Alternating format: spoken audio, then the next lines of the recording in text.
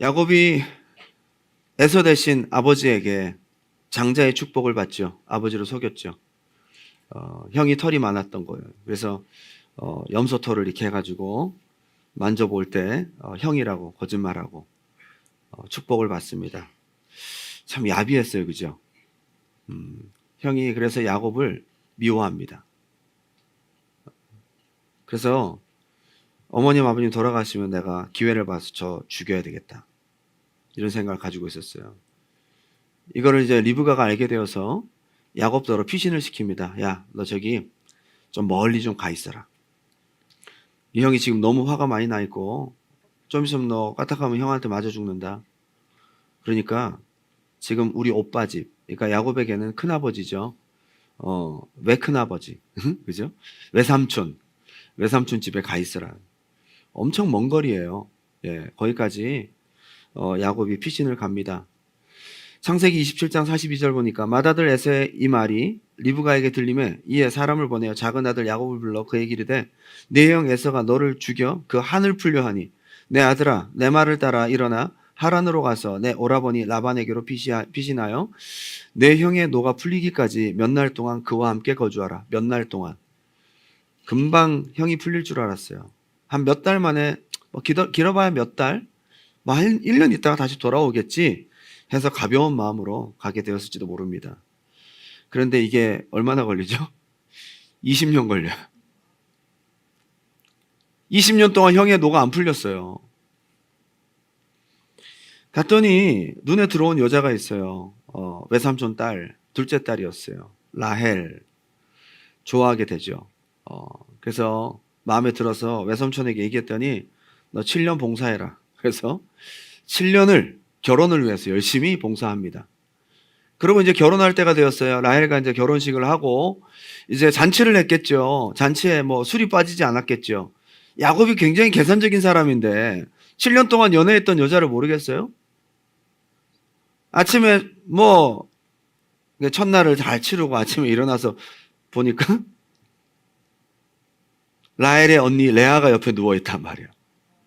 야곱이 난리가 났죠. 막 펄펄 뜁니다. 막 삼촌한테 왜 이렇게 했냐고 막. 그랬더니 여기 풍습이 원래 그래. 여러분 7년을 야곱이 거기 있었는데 거기 풍습을 모르겠어요?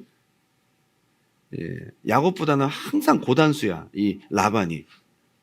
그래서 너 라헬도 원하면 7년 더 일해라. 그래서 14년을 일합니다. 결혼을 위해서 14년. 그리고 이제 뭐 워낙에 야곱의 집이 부자니까 보수는 생각도 안 했어요. 일단 결혼으로 만족하고 빨리 나를 불러주기를 생각하면서 기다리고 있었던 거죠. 근데 뭐 14년이 지났는데도 나를 부를 생각을 안 하는 거죠. 여전히 에서의 마음 가운데는 야곱을 죽여야 되겠다는 생각이 보이는 겁니다. 얘 아직 안 되겠는데. 야곱이 14년을 기다리다가 안 되겠다 싶어서 라반한테 삼촌 이제 저도 품삯을 좀 주세요. 밀린 품삯 뭐 그건 필요 없고요. 그냥 양들 중에 그 얼룩 점박 있는 거 몇 마리 안 되잖아요. 그거 나 주세요. 라반 삼촌이 딱 보니까 진짜 얼마 안 되거든요. 그래 너 가져. 그랬더니 그때부터 이제 멀리 떨어뜨려 놓고 삼촌이 나중에 딴소리 할까 봐 그걸 따로 분리시켜 놓고 그때부터 자기에게 준 얼룩점박향을 잘 기르기 시작합니다. 토실토실하고 좋은 것들은 전부 얼룩점박향.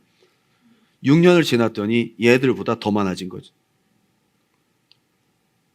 그때부터 라반 가족들이 별로 안 좋습니다. 라반의 아들들이 딱 보니까 다 우리 아버지 재산을 저놈이 빼돌리고 있네. 와보니까 뭐라고 할 말 없으면 다 얼룩점박인데 양이 더 많아지니까 화가 난단 말이에요. 그럼 이제 아버지 라반한테 얘기했더니 아버지 라반이 화가 난 거죠. 그때부터 야곱이 이제 삼촌 안녕하세요. 안 좋아 벌써. 라반의 안색이 좋지 않아. 분위기가 싸해지는 거죠. 그러고 있던 차에 창세기 31장 드디어 하나님으로부터 사인이 옵니다. 꿈에 31장 11절 꿈에 하나님의 사자가 내게 말씀하시기를 야곱아 하기로 내가 대답하기를 여기 있나이다 하매 이르시되 네 눈을 들어보라 양떼를 탄 수량은 다 얼룩무늬 있는 것, 점 있는 것과 아롱진 것이니라. 라반이 내게 행한 모든 것을 내가 보았노라. 나는 베델의 하나님이라. 네가 거기서 기둥에 기름을 붓고 거기서 내게 서원하였으니 지금 일어나 이곳을 떠나서 네 출생지로 돌아가라. 이제 하나님이 가라고 하신 거예요. 20년 지나서 이제 사인이 왔어. 일단은 이제 돌아가기로. 야곱은 생각했겠지. 형의 노가 이제 풀렸나 보다. 이제는 해결됐나 보다. 아이고, 20년 동안 아주 죽는 줄 알았네. 이제 간다. 그리고 이제 그 자기 와이프 된 여자들을 부르잖아요. 불렀어. 그래도 거기서 나고 자랐는데 옮긴다는 게 쉽지는 않잖아요. 생각해 보세요. 여러분들이 캐나다에서 여기 나고 자랐는데 갑자기 결혼하고 아기 낳고 있다가 나이 한 30 몇 살 돼가지고 우리 한국 가서 살자. 쉽지 않거든요. 이 두 여자들이 난 못 간다고, 아빠 옆에 있겠다고 보통 이래야 되는데 아버지한테 어떤 취급을 받았는지 모르겠지만 이 두 딸들이 그러자고. 아버지가 원래 그런 사람이야. 벌써 아버지한테 정도 없는 거예요, 여자들이. 그래서 바로 그냥 야곱과 함께 합의를 보고 그날 밤에 아버지가 멀리 양치러 간 틈을 타서 야반 도주합니다. 나중에 그 얘기를 라반이 듣고 야곱을 따라가죠. 며칠 길을 따라가냐? 7일, 일주일 동안 따라가요. 여러분, 일주일 동안 따라간 이유가 뭐겠어요? 일주일 동안 따라가서 너 왜 간다고 인사 안 하고 가? 그러려고 따라간 건 아니겠죠? 야곱을 죽이든가 아니면 이제 종신 노예 계약으로 데려와서 그 얼룩 전박이 다 뺏으려고. 그렇게 지금 따라간 겁니다. 근데 하나님의 은혜로 라반 삼촌 꿈에 나타났어요. 라반이 웬만해서 그런 사람이 아닌데 하나님이 굉장히 무섭게 나타나셨나 봐. 너 야곱 따라가고 있네? 너 야곱한테 손대면 너 죽어. 꿈에 하나님이 그러시니까 라반이 뭐 할 말이 없는 거죠. 그래서 이제 바로 야곱에게 딱 따라 맞힌 거죠. 그래서 이제 할 말이 없는 거죠. 너 왜 갈 때 인사도 안 하고 가냐? 그건 도리가 아니지. 라반이 그렇게 얘기를 해요.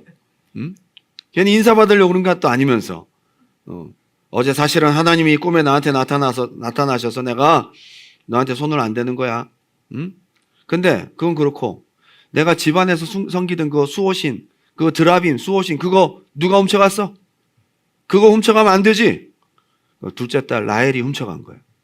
그래서 자기가 여자들의 기간, 매직 기간이라고 속이고 안장 밑에 딱 그 드라빔을 숨긴 거죠. 찾다가 없는 거예요. 그러니까 야곱이 화를 내죠. 지금 우리 꼬투리 잡아서 지금 우리한테 이렇게 하시는 거야. 그렇게 하셨어요. 그리고 이제 라반 삼촌과 해결이 됩니다. 이제 우리 서로 침범하지 맙시다. 여기까지 우린 관계를 합시다. 여기 돌무더기를 쌓아두고 여갈 사하두다. 거기 아람어로 그렇게 표현하고 또 미스바라는 이름을 붙여요. 하나님이 여기 감찰하신다. 우리 서로 넘어가지 맙시다. 뒤쫓아오던 라반과 이제 좋게 작별을 합니다. 문제 하나 해결했다, 그죠? 자, 라반과의 문제 누가 해결해 주신 거예요? 꿈에 안 나타났으면 어떻게 될 뻔했어요? 예, 죽든가 뺏기든가 종신계약이죠. 하나님이 막아주신 거예요. 하나님의 은혜로 라반과 이렇게 해결이 잘 됐어요. 근데 중요한 건 한 가지 문제가 남았어요. 20년 동안 자기를 죽이려고 했던 형이 과연 어떻게 되었는가. 야곱은 제가 볼 때 좀 그렇게 큰 문제로 생각을 안 했던 것 같아. 그래서 형 만나서 내가 지금 그래도 돈 좀 벌었으니까 좀 떼주고 뭐 형한테 미안하다고 그러면 되겠지 생각하고 갑니다. 근데 이제 형을 만날 시점이 되었어요. 그래서 선물을 준비해서 종들한테 보냈더니 종들이 가다가 이 에서를 만나기도 전에 멀리서 오는 무리들을 보고 하얗게 찔려가지고 야곱한테 돌아왔어요. 큰일 났습니다. 지금 에서가 400명의 군사를 끌고 온대요. 우리 다 죽었어요. 큰일 났어요. 생각보다 이게 문제가 심각한 걸 그때 알게 돼요. 그래서 두 파트로 나뉘어가지고 앞에서 만약에 치면 자기가 도망가려고 앞에 다 보내고 자기 자식들도 다 보내고 비겁하게 자기만 혼자 딱 남아요. 야곱이 야복강에서 하나님 앞에 부르짖어 기도하려고 철야 기도하려고 남았을까요? 아니에요. 기도하려고 남은 게 아니에요. 어떻게 할 수가 없으니까 남은 거예요. 앞으로 갈 수도 없고 죽을까 봐 겁나니까 혼자 남아 있었던 거죠. 이 정도 되면 하나님 찾아야 되잖아. 그죠? 야곱이 그때 하나님을 찾아야 되는데 성경을 보면 야곱이 천사한테 간 게 아니야. 혼자 이루고 있는데 천사가 온 거지. 그렇게 많은 체험을 주고 그렇게 은혜를 주고 조금 전에 있었던 이 누굽니까? 라반하고도 하나님이 해결해 주셨는데 그만하면 좀 하나님 찾을만 하잖아요. 야곱은 계속 자기 방법을 쓰다가 혼자 할 수 없어서 그냥 이러고 있었던 거죠. 아마 천사가 야곱에게 찾아왔을 거예요. 와서 야곱에게 책망을 했을 겁니다. 너 왜 자꾸 하나님을 의지하지 않고 네 방법을 쓰니? 너 나를 그렇게 못 믿어? 그동안 너를 여기까지 인도한 자가 누구냐? 그동안 늘 너와 함께 했고 너가 이 많은 재산을 얻을 수 있도록 하고 라반의 손에서도 벗어나게 한 네가 누구냐? 너는 스스로 네 지혜를 믿고 수완을 믿고 그렇게 방법을 쓰다가 지금 이 지경이 됐지. 그래, 열심히 해봐. 나 갈게. 아마 천사가 그랬을 거야. 그랬더니 그제서야 야곱이 가지 마소서 하고 물고 늘어지다 보니까 씨름이 된 거지. 괜히 씨름을 했겠어요? 그죠? 괜히 둘이 가만히 있는데 씨름 한 판 하시죠. 이건 아니잖아요. 이건 아니지. 야곱이 기도를 안 하고 있으니까 천사가 찾아와서 야, 너 그래서 되겠냐? 응? 막 정말 네 방법대로 한번 해봐. 되나 보자. 응? 한번 해봐. 그리고 가려고 하니까 가지 마소서 물고 늘어지다. 나 가야 돼. 아닙니다. 그러다가 한 대 얻어폰. 그죠? 그래서 이스라엘이라는 이름을 얻었잖아요. 야, 이것도 하나님의 방법으로 된 겁니다. 어떤 방법을 써도 형의 분노는 쇠하지 않아요. 야곱을 죽여야 되는 겁니다. 그런데 그 사이에 어떤 일이 있었습니까? 이스라엘이라는 이름을 주고 하나님께 승리자의 이름을 주시고 그리고 여전히 씩씩거리고 오고 있던 형이 절뚝거리는 야곱의 얼굴을 보자마자 손에 있었던 칼을 떨어뜨리고 눈물을 흘리며 야곱에게 가서 포옹을 합니다. 이 짧은 순간에 이거 하나님의 역사 아니에요? 기적입니다. 20년 동안 묵었던 문제가 순간에 해결됩니다. 하나님이 하신 거예요. 이 정도 되면 감사한금 해야지. 이 정도 되면 주님 앞에 영광 돌려야 되는 거 아니에요? 이 큰 은혜를 받고 그러면서 야곱도 고백을 해요. 창세기 33장 10절 야곱이 이르되 그렇지 아니하니이다. 같이 가자 그랬고 형이 내가 형님의 눈앞에서 은혜를 입었사오면 청하건대 내 손에서 이 예물을 받으소서. 그래도 형한테 내가 성의를 표시하고 싶습니다. 여기 이렇게 나와요. 내가 형님의 얼굴을 배운즉 하나님의 얼굴을 본 것 같사옵니다. 진짜 에서의 얼굴이 무슨 하나님 얼굴 같았겠어요? 뭐 이렇게 은혜스러웠겠어? 죽이려다가 살려주니까 고마운 마음에 그렇게 보일 수도 있을 수 있겠지만 여기서 이 표현은 그게 아니에요.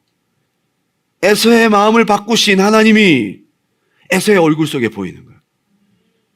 에서가 이럴 사람이 아닌데 자기에게 눈물을 흘리고 부드러운 모습으로 나타난 그 얼굴을 보니까 하나님의 역사가 보인다 이 말이야. 하나님이 하신 거죠.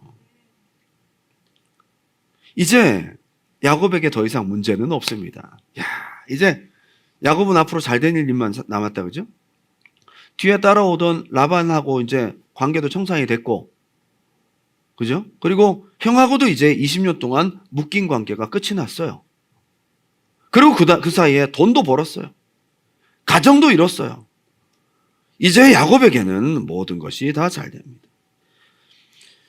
이 모든 것이 하나부터 열까지 다 누구의 은혜입니까?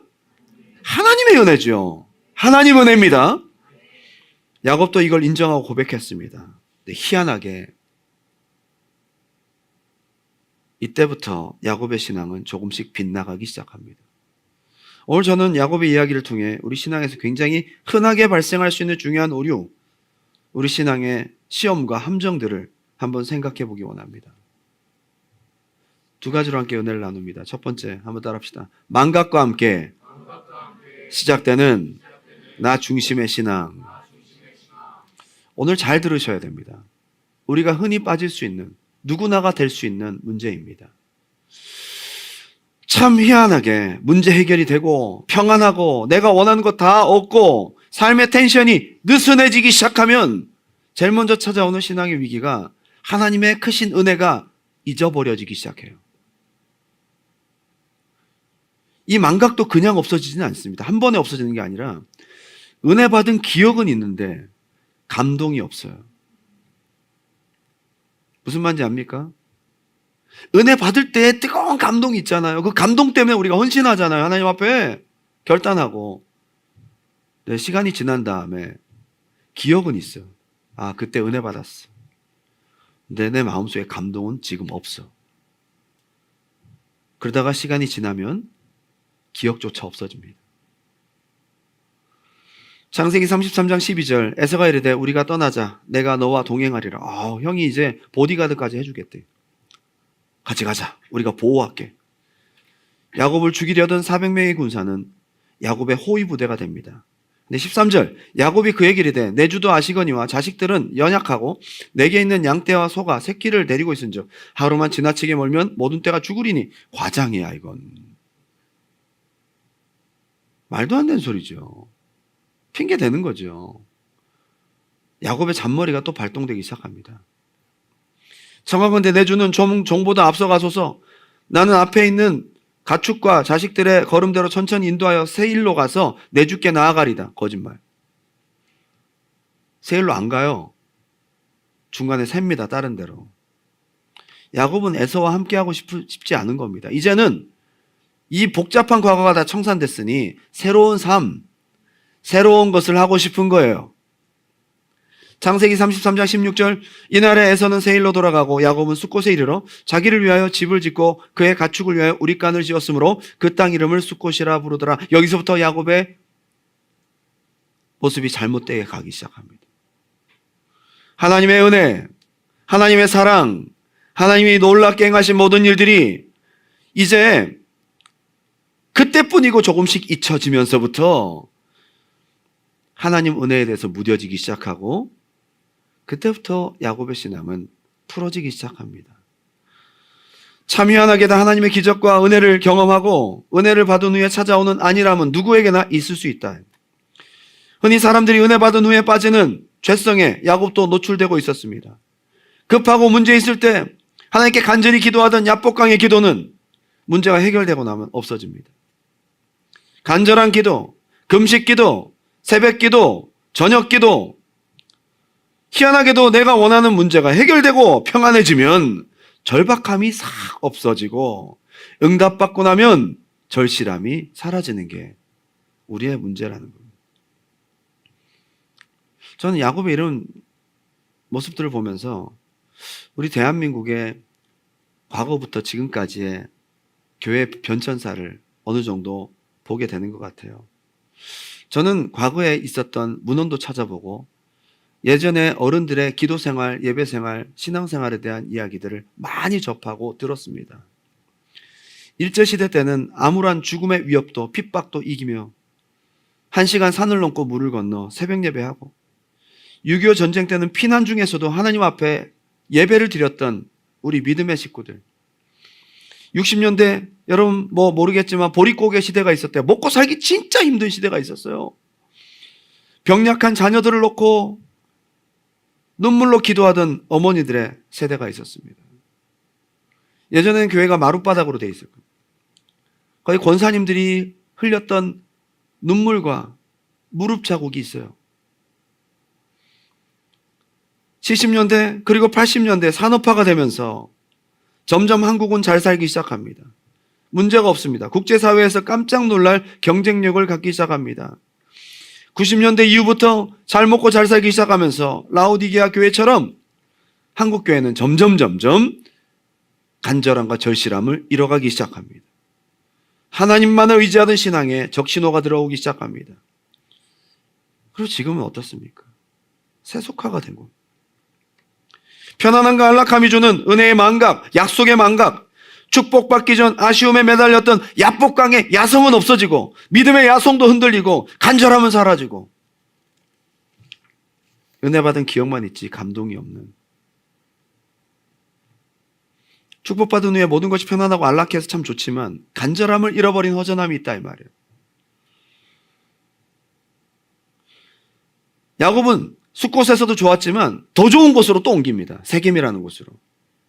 갈수록 사람은 내 육체, 내 몸이 편한 것을 더 선호합니다. 처음에는 아파트만 해도 좋았는데 아파트 빨리 하려면 지하로 내려가야 되고 지하 내려가는 귀찮음이 있고 거기에 개털도 있고 고양이 털도 있고 콘도가 낫지. 편리한 콘도 생활하다가 너무 좁아. 타운하우스로 갑니다. 뒷마당이 너무 작잖아. 주택을 놓고자 합니다. 개도 한 마리 키워야지. 조금 더 안락하고 편안한 곳을 끊임없이 추구합니다. 좀 더 자자, 좀 더 졸자, 좀 더 누자. 내 몸뚱아리가 원하는 것은 끝이 없어요. 더 편하고 더 안락하고 더 좋은 거 욕심은 끝이 없다고. 가만히 내버려두면 우리의 신앙의 야성은 점점 잊혀지고 하나님의 은혜는 점점 망각되어지고 점점 인본적으로, 점점 육신적으로, 점점 하나님과 멀어지고 있는 것이, 이게 우리의 모습이다. 지금 야곱은 어디로 가야 될까요? 야곱이 지금 숫곳 세겜으로 갔는데 원래 하나님이 야곱으로 오라고 한 곳이 베델이잖아요. 그렇죠? 어디로 가야 됩니까? 자, 지도를 한번 보여주세요. 자, 저기 에서와 상봉이라고 되어 있는 저 분이엘이 야복강에서 선사와 씨름하던 곳이에요. 에서와 상봉한 곳이 바로 야복강 건넜고요.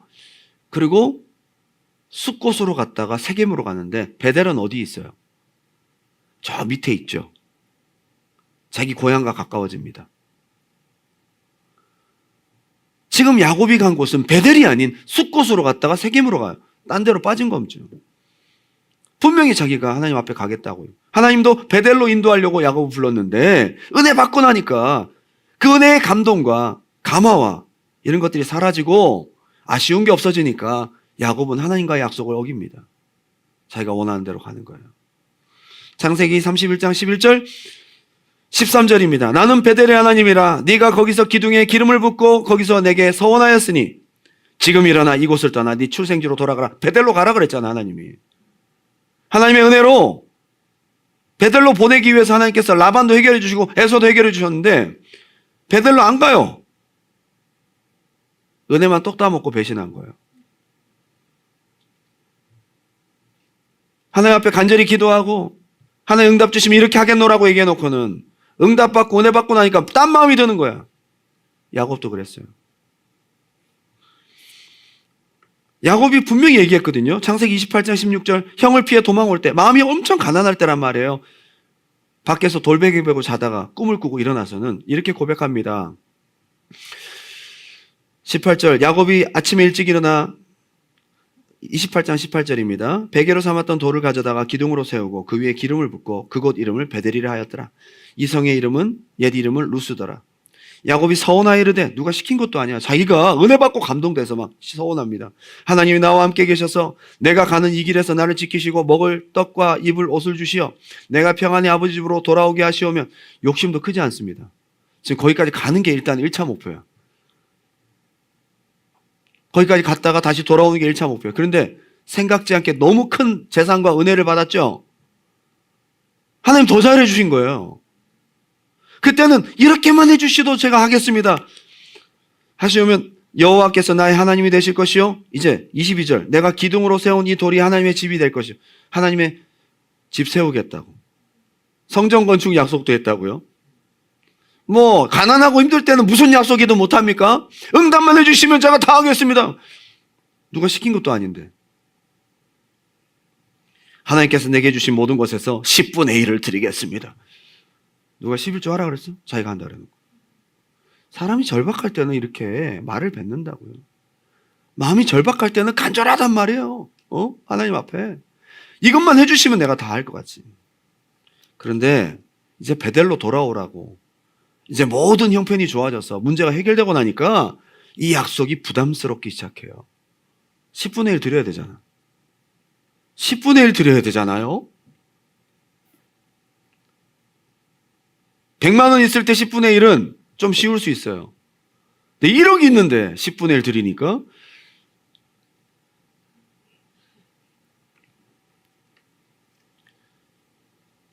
하나님의 은혜를 잊어버리고 나니까 하나님의 크신 사랑을 잊어버리고 나니까 딴 생각 드는 거예요.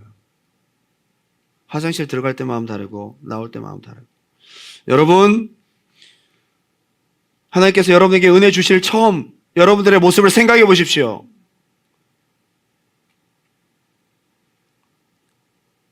어떤 사람은 정말 어렵고 힘들고 절박한 모습으로 가난한 마음으로 주님을 만날 때가 있었잖아요. 은혜 받고 채워지고 나니까 왜 믿음 생활이 그렇습니까? 하나님 은혜 주시지 않으셨어요? 처음 이 교회 올 때 생각해 보라고. 은혜 받기 전 우리의 모습이 어땠는지. 은혜 받고 응답 받고 나면 그거 똑 따먹고 싹 까먹고 베델의 약속을 잊어버리고 베델의 약속이 부담스럽습니다. 은혜가 떨어지면, 은혜가 잊어버려지면 베델의 약속이 부담스러운 거예요. 캐나다에 처음 정착하고 캐나다 와가지고 모든 게 신기하고 어렵고 부담스럽고 무섭고 교회에서 공항에 픽업도 가지고 밥도 사주고 잘했다고 그런 게 아니야. 그때 처음 모습. 그럼 막 고마워하고 막 열심히 교회를 나와요. 아쉬우니까. 근데 이제 몇 달 지나면 친구도 생기고 안정도 되고 취업도 얻고 이제 살만하단 말이야. 그러면 슬슬 교회를 멀리해요. 주일날 약속 있다고 교회도 안 오고. 그 절박하던 마음 어디 갔어요? 사람들이 다 그래요. 크신 하나님의 은혜를 받고 그 뒤부터는 본전 생각이 나기 시작합니다. 이게 죄성이에요. 하나님이 지금까지 인도하신 은혜의 감동이 조금씩 사라지면서 내가 하나님께 드렸던 약속도 조금씩 사라지고 신앙의 결단도 믿음의 실천도 부담스럽기 시작합니다. 희한하게도 이후부터 하나님의 은혜를 받고 그 뒤부터 잊어버리고 난 다음부터는 자기중심적인 사람으로 변화됩니다. 창세기 33장 16절 이 나라에서는 세일로 돌아가고 긴 시간도 아니었어요. 야곱은 숫곳에 이르러 자기를 위하여 집을 짓고 그의 가축을 위하여 우릿간을 지었으므로 그 땅 이름을 숫곳이라 부르더라. 분명히 베델로 가서 하나님 집 짓는다 그랬죠. 10분의 1 드린다 그랬죠. 그게 뭘로 바뀌어요? 내 집 짓는 거야, 내 집. 우리 가축들 집 짓는 거야. 어느 순간부터 하나님을 위한 집이 가축집보다 못하게 됩니다. 이 큰 은혜를 받고도 하나님 은혜로 살고도 그걸 잊어버리면서 싹 변하는 거예요. 그곳 이름을 숫곳이라 불렀다. 숫곳은 가건물이라는 뜻이에요. 컨테이너 빌딩이라는 뜻이에요. 임시거처의 의미를 갖고 있고요. 초막절을 숫곳이라고 해요. 숫곳을 초막절이라고 하거든요. 그래서 이제 라반 삼촌 쫓아올 일도 없고 인생의 큰 문제였던 에서와도 화해를 하고 쫓아오는 문제도 없고 닥칠 위험도 부담도 없고 이제 형한테 줄 거 다 주고 이제 남은 것은 다 내 거야. 편안하죠? 하나님 축복 주시고 라반 삼촌 밑에서 이제 사업을 확실히 확장하고 늘리는 방법, 노하우도 알았어요. 얼룩 전박이약 만드는 건 뭐 일도 아니야. 잘 될 일만 남았어요. 사업 잘 되고 자식 잘 되고 가정 잘 되고 문제 없고 기도 제목 물어봐도 뭐 아쉬울 게 없고 하나님도 내 하나님 됐고 아무 문제가 없는 겁니다. 이제서야 자기 생활, 자기 집, 안정적인 우릿간을 지었다. 참 희한하게 보세요. 여기 보게 되면 자기를 위하여 집을 짓고 그의 가축을 위하여 우릿간을 짓고 전부 내가 중심. 하나님 없어요. 그렇게 지내다가 이제 시골 생활에 익숙해지면서 더 좋은 곳으로 가기 원합니다. 야, 우리 시골에서 편안한 것도 좋지만 도시로 이민 갈까? 숫곳보다는 세겜이 대도시였어요. 애들 교육도 그렇고 시장에서 거래하고 돈을 벌려면 도시가 더 유리하지. 돈도 있겠다. 문화생활도 좀 하고 가족들에게 도시의 문화가 상당히 매력적으로 보여졌을 겁니다. 그래서 33장 18절 야곱이 밧단 아람에서부터 평안히 가나안 땅 세겜 성읍에 이르러 그 성읍 앞에 장막을 치고 그가 장막 친 밭을 세겜의 아버지 하몰의 아들들의 손에서 100크시타에 샀다. 1크시타가 순양 한 마리 값이에요. 100크시타면 상당히 많은 돈입니다. 상당히 많은 돈을 주고 땅을 샀어요. 그러면 거기서 땅을 사고 거기서 내가 살겠다 그러면 베델로 갈 일이 있어요, 없어요? 베델로 안 가겠다는 거예요. 아까까지만 하더라도 가건물 짓고 있다가 베델로 갈 생각도 있었겠지만 더 마음이 평안해지고 하나님의 은혜를 망각하고 나 중심이 되면서 이제는 베델로 갈 마음이 전혀 없어요. 이제 여기서 영영 살겠다는 거죠. 땅을 사버렸어요. 하나님도 하나님과의 약속도 그 은혜도 다 잊어버리고 야곱은 순식간에 돌변해버립니다. 여러분, 우리 신앙이 타락하는 거 이렇게 가는 거예요. 이 과정을 우리는 성경을 읽으면서 그냥 지나쳤는지 모르겠지만 우리는 수없이 이런 일들을 반복할 때가 있습니다. 없을 때는 절박하다가 딱 얻고 나면 영적 생활이 괜히 시들해지고 게을러지고 기도하기 싫어요. 절박할 때는 기도하고 싶다가 문제 해결되고 나면 기도하는 게 왜 이렇게 피곤한지 모르겠어요. 취업 넣고 막 코업 넣고 막 목사님 기도해 주세요 막 기도 제목 올리고 막 취업도 되고 코업도 되고 그러면 교회를 안 와. 너무 많습니다. 이 야곱의 본성들이 우리 안에도 다 있더라 이 말이에요. 영주권 놓고 그렇게 기도하고 막 목사님 리젝됐어요. 이제 전 떠야 됩니까? 어떻게 해야 됩니까? 막 기도하고 다시 변호사 통해서 레터를 보냈더니 다시 승인됐어요. 와, 진짜 이런 일들이 막 얼마나 많은지 몰라요. 진짜로 하나님이 역사하시거든요. 하나님의 은혜로 된 거 막 우리가 간증하고 막 자기도 막 눈물 흘리면서 그런 다음에 모든 게 안정되고 나고 돈도 생기고 하니까 캠핑 간다고 주일날 교회를 안 와. 그 안정을 누가 주셨는데. 사업 잘 되게 해달라고 막 기도하고 해서 막 우리가 기도하거든요. 주여 사람들을 구름대와 같이 보내주시고 주여 사업이 잘 되게 도와주시고 사업이 잘 돼. 주일날 사람들이 너무 많이 와가지고 교회를 못 오겠대. 그것 때문에 못 오겠대. 그것 때문에. 어떻게 이렇게 주객이 전도가 될까요? 근데 그 바뀌는 과정을 야곱도 모르고 그 사람도 몰라요. 우리도 모르고. 우리가 잘 몰라요. 너 타락했어. 너 변질됐어. 그러면 제가 뭘요? 주일마다 저 안 빠지고 52주 계속 나왔는데요. 뒤에 보면 야곱도 예배 드렸어요. 예배 드렸다니까.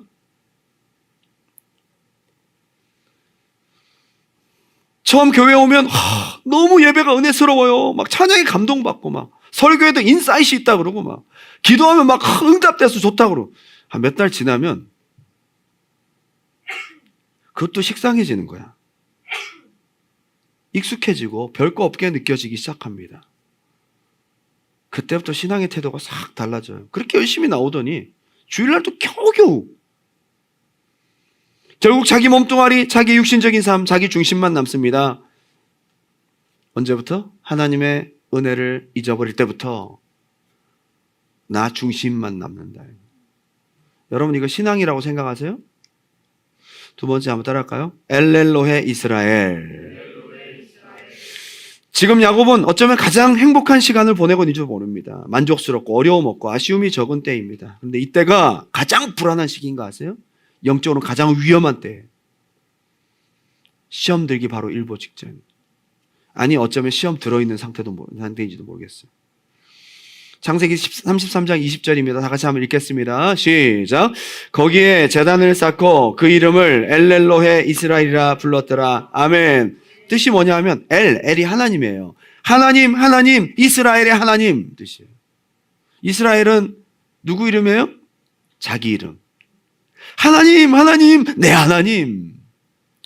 나의 하나님이라서 좋은 거야.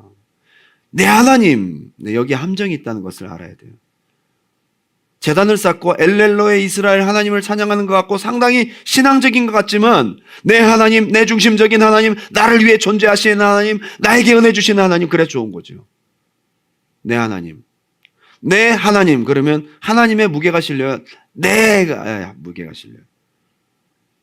나한테 무게가 실려 있어요. 이스라엘의 무게가 실려 있는 거예요. 하나님 뭘 원하시는지 관심도 없어. 하나님 베델로 오라 그랬잖아요. 자기는 엉뚱한 데 있으면서 내가 원하는 걸 들어주신 엘렐로의 하나님, 엘렐로의 이스라엘 그렇게 부르짖고 있는 거예요. 야곱이 그렇게 타락하고 말았어요. 겉은 예배하는 모습 같지만 속은 하나님이 없어요. 야복강의 간절함, 눈물, 분이엘, 은혜 받은 감격 없어요. 베델로 돌아오라는 약속, 명령 없어. 내 육신의 안락함, 나를 위한 하나님의 도취되어 정작 하나님이 뭘 원하시는지 무감각해지고 하나님의 은혜도 망각한 상태. 엘렐로의 이스라엘이라 부르는 야곱에게는 신앙이 없는 겁니다. 고대 가나안 문헌 중에 우가릿 문서라고 있어요. 이 문서에 보면 놀랍게도 엘렐로헤가 되게 많이 나온대요. 이게 뭘 말하냐면 옛날 가나안 사람들이 자기 신들을 부를 때 엘렐로헤라고 불렀대. 엘은 그 당시 하나님이라는 그냥 일반 명사예요. 그러니까 거기다가 엘 하나님인데 샤다이, 엘 샤다이, 전능자 하나님 이렇게 붙이면 이제 우리가 믿는 그 하나님인 거고요. 야훼, 여호와 이렇게 나오면요, 그건 우리가 믿는 하나님인데 엘 그러면 이방신인지 하나님인지 구분을 할 수 없을 정도의 일반 명사예요. 그냥 가나안 사람들이 엘렐로헤를 많이 불렀대요. 하나님 이렇게 우상 숭배하면서 불렀대. 근데 뒤에 뭘 붙였어요? 이스라엘을 붙인 거예요. 가나안 문화에 젖어 살면서 우상을 섬기듯 하나님을 섬기고 있는 거예요, 야곱이. 내 하나님이라는 거예요. 여러분, 우상의 특징이 뭡니까? 다 나를 위해 존재하는 거죠. 우리 가정의 수호신, 뭐 이걸 원할 때는 이 신, 저걸 원할 때는 저 신, 수많은 신들을 두고 내게 필요를 따라 그 신을 섬기는 거예요. 나를 위한 신인 거죠. 하나님을 우상 섬기듯 섬기고 있어요. 내가 말한 것을 반드시 들어주시는 신이시여, 내가 말한 것을 모두 들어주시는 신이시여, 내가 원하는 것을 주시는 신이시여, 나의 필요를 채워주시는 신이시여, 엘렐로의 이스라엘. 전부 자기중심적으로 하나님을 섬기고 있다 이 말. 야곱의 관심은 하나님에게 있었던 것이 아니라, 한번 따라합시다, 나에게 있었다. 자, 오늘 굉장히 미묘한 차이인데요, 오늘 이 시간 하나님께 예배하시는 분 아멘 합시다. 하나님께 예배하는데 그 하나님께 예배하는데 나를 위해 하나님께 예배하는, 나를 위한 하나님께 예배하는, 하나님께 예배하는 것 같지만 결국 누굴 섬깁니까? 나를 나를. 하나님을 이용하는 것밖에 안 되는 거죠. 이게 우리가 속는 부분이에요. 하나님 섬긴다고 하지만 결국은 내가 하나님이에요. 하나님이 중심된다고 하지만 날 사랑하시는, 내게 응답하시는, 내게 좋은 것 주시는 하나님, 그러니까 내가 무게가 실려 있는 거예요. 나에게 복 주시는 하나님, 나에게 은혜 베푸시는 하나님, 나의 필요를 채워주시는 하나님, 온통 나를 위한, 내가 중심이 되어지고 하나님은 나를 위해 존재하는, 마치 알라딘의 요술램프와 같이 우상 스타일의 하나님이다 이 말이에요. 제가 사실은 오늘 설교를 호세아 10장에 두 마음을 준비를 했어요. 새벽에 제가 본문을 바꿨거든요. 근데 두 마음이라는 단어가 너무 정제 버전인 것 같아서 두 마음 딱 보면 오늘 정제구나. 우리가 두 마음 있다고 목사님 또 설교를 통해 치시겠구나. 그걸 하기 싫어서 얼마나 힘들어 우리가 사는 게. 12월 이제 한 달 남았는데 2024년 돌아오면 참 힘들고 어려운 기억들이 많잖아요. 그래서 여러분들에게 위로가 되고 뭔가 격려가 되는 말씀을 준비하고 싶습니다. 하나님, 오늘 너무 이렇게 두 마음 그래버리면 성도들이 힘들 것 같습니다. 조금 오늘만 봐주세요 해서 이 말씀으로 싹 바꿨더니 이걸 준비를 하다가 마지막에 결론으로 가는데 결국 두 마음이야. 저도 희한한 게, 이게 제가 이게 설교를 준비하다가 이걸 안 하려고 이렇게 다른 말씀을 준비했는데 이렇게 돌고 돌아가지고 결국 엘렐로의 이스라엘이 결국 두 마음이더라고. 두 마음이 뭡니까? 하나님도 섬기고 내가 원하는, 내게 주시는 우상도 섬기는. 하나님은 이래서 섬기고 다른 우상도 이래서 섬기고, 혼합주의, 종교 혼합주의를 말하는 거거든요. 결국 하나님을 섬기는 것 같지만 내 안에 또 다른 마음이 있어. 나를 위한 하나님인 거예요. 이 두 마음이잖아. 결국 그래서 오늘 두 마음의 설교를 하고 있는 것입니다. 두 마음을 품지 마시기 바랍니다. 회개할지어다. 그래서 이건 뭐 어떻게 할 수가 없어. 응? 내가 분명히 그거 안 하려고 이걸 했는데 마지막에서 두 마음을 품지 말라고. 이거는 여러분들에게 주신 하나님 말씀인 거예요. 야곱은 나를 위한 하나님, 나를 성공하게 하시는 하나님, 나를 부욕케 하시는 하나님, 나의 필요를 채워주신 하나님, 나를 위해 복수해 주신 하나님, 오직 나만을 위한 하나님이 되기를 원해서 그토록 하나님의 이름을 불렀던 거예요. 그 열심이 신앙입니까? 욕심이지. 정욕입니다. 이름은 하나님이지만 결국 우상숭배랑 다를 바가 없는.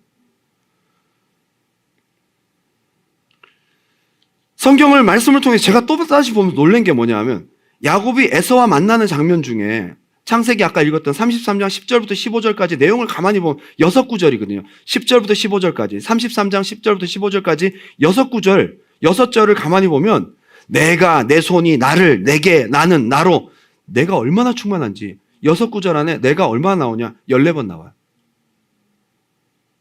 와 희한해요. 벌써 그 짧은 시간에 문제가 해결되고 짧은 시간에 하나님이 아닌 나로 금방 채워져요. 하나님의 은혜를 망각하고 하나님의 사랑을 잊어버리면서 마치 빈 공간에 공기가 채워지고 빈 공간에 물이 쳐들어오듯이 여러분 안에 나로 충만해집니다. 어느 순간 그렇게 돼버려요. 그뿐만이 아닙니다. 야곱의 아들들이 세겜의 아들과 세겜 땅의 남자들을 다 죽이는 엄청난 참극이 벌어지는데요. 그때 야곱이 흥분하면서 너희들 그러면서 막 아들들한테 하는 얘기인데 이 한 절 속에 나라는 게 6번 들어가요. 야곱의 속에는 자기로 충만합니다. 엘렐로의 이스라엘 이게 신앙입니까? 어떻게 생각하세요? 여러분 이거 신앙일까요? 신기한 것은 야곱은 보이는데 나 자신은 안 보이지. 야곱이라는 거울을 통해 나를 볼 수 있기 바랍니다. 하나님께서 오늘 여러분의 마음을 만지고 지적하시기 원하세요. 한번 읽어볼게요. 창세기 34장 30절 내가 몇 번 나오는지. 야곱이 시므온과 레위에게 이르되 너희가 내게 화를 끼쳐 나로 하여금 2번 나왔어요. 이 땅의 주민 곧 가나안 족속과 브리스 족속에게 악취를 내게 하였다. 나는 3번 나왔어요. 수가 적은지 그들이 모여 나를 치고 나를 죽이리니 5번. 그러면 나와 내 집이 멸망하리라.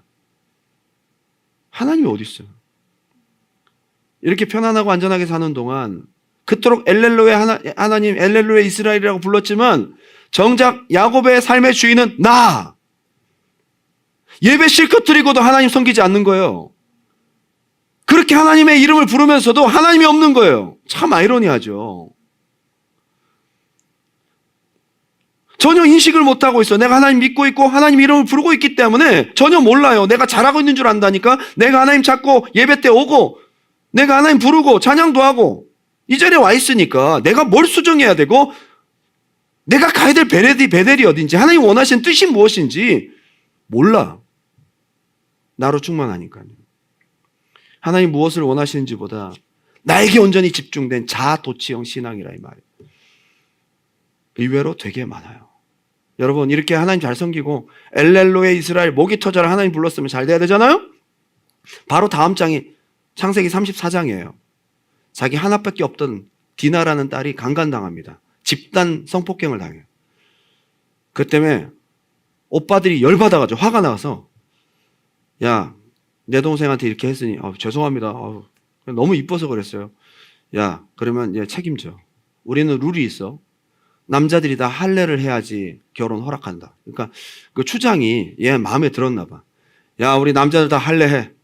그래가지고 전혀 상관도 없던 남자들도 다 할례를 하고 막. 그죠? 낫기를 기다릴 때 꼼짝 못하죠. 뭐 걷지도 못하는. 그랬을 때 오빠들이 칼을 차고 들어가서 시므온과 레위가 특히 남자들 다 죽여버린 거예요.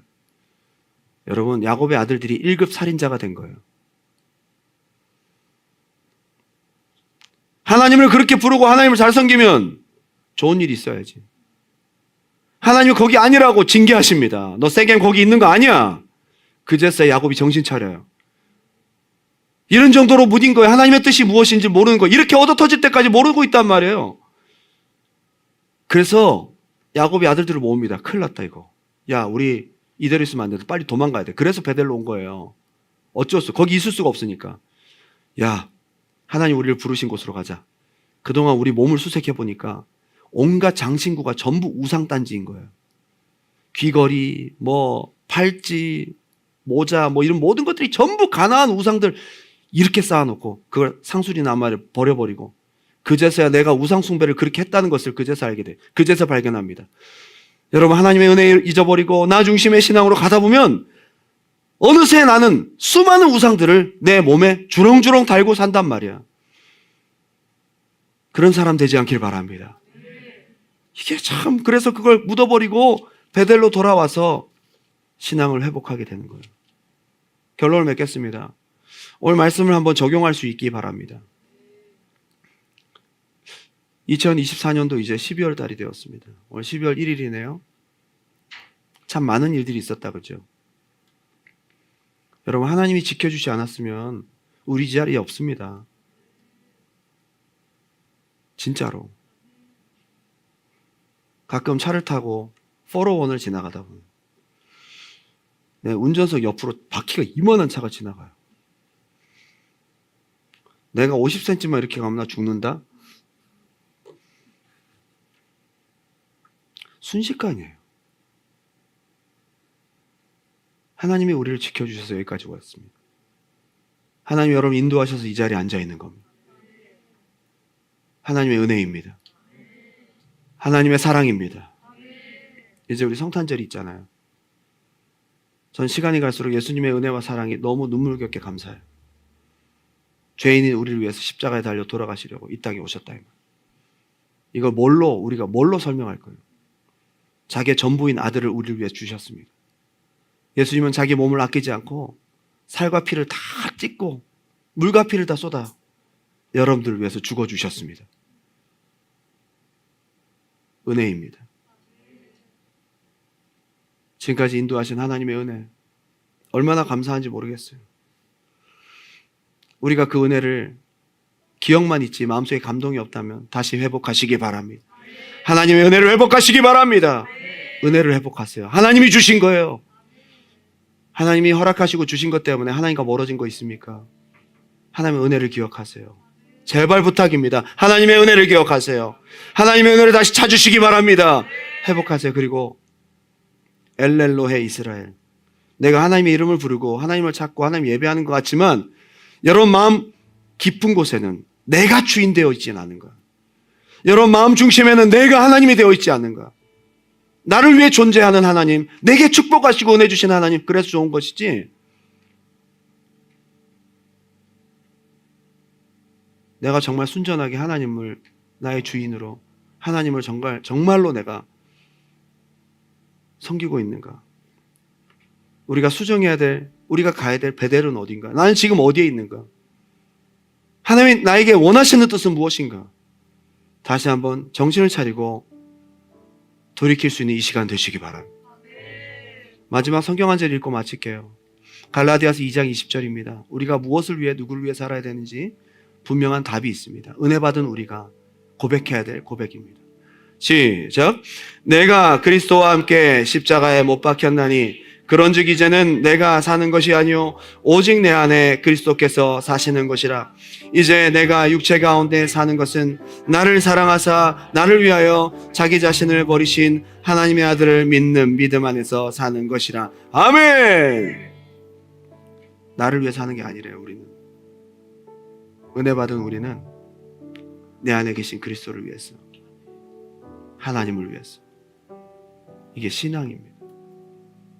우리 마지막 찬양 올려드리고 한번 기도해 볼까요?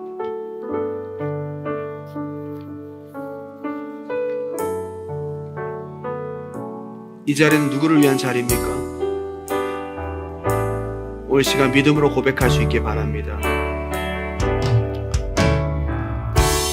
주를 위한 이곳에 예배하는 자들 중에 그가 찾는 이 없어 주님께서 슬퍼하신 주님이 찾으시는 주님이 찾으시는 그 한 사람 그의 내가 주인이 아닌 하나님이 주인인 사람 내가 그 사람 되길 간절히 주께 예배하네 주 은혜로 우리 하나님의 은혜입니다. 아멘. 주 임재에 엎드려 절하네. 그 어느 것도 난 정말 그렇습니까? 주님만 경배해. 여러분을 경배하지 마세요. 우리 주님만이 경배받을 대상이십니다. 주내로 이곳에 서 있네. 주 임재에 엎드려 절하네. 그 어느 것도 난 필요 없네.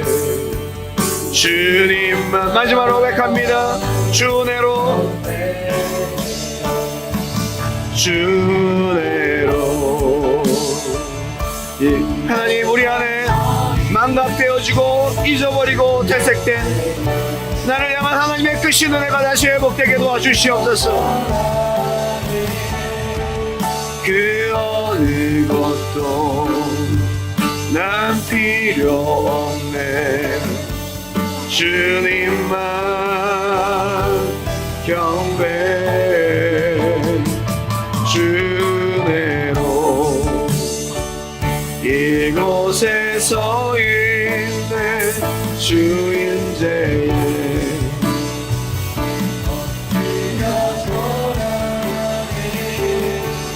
그 어느 것도 난 필요 없네.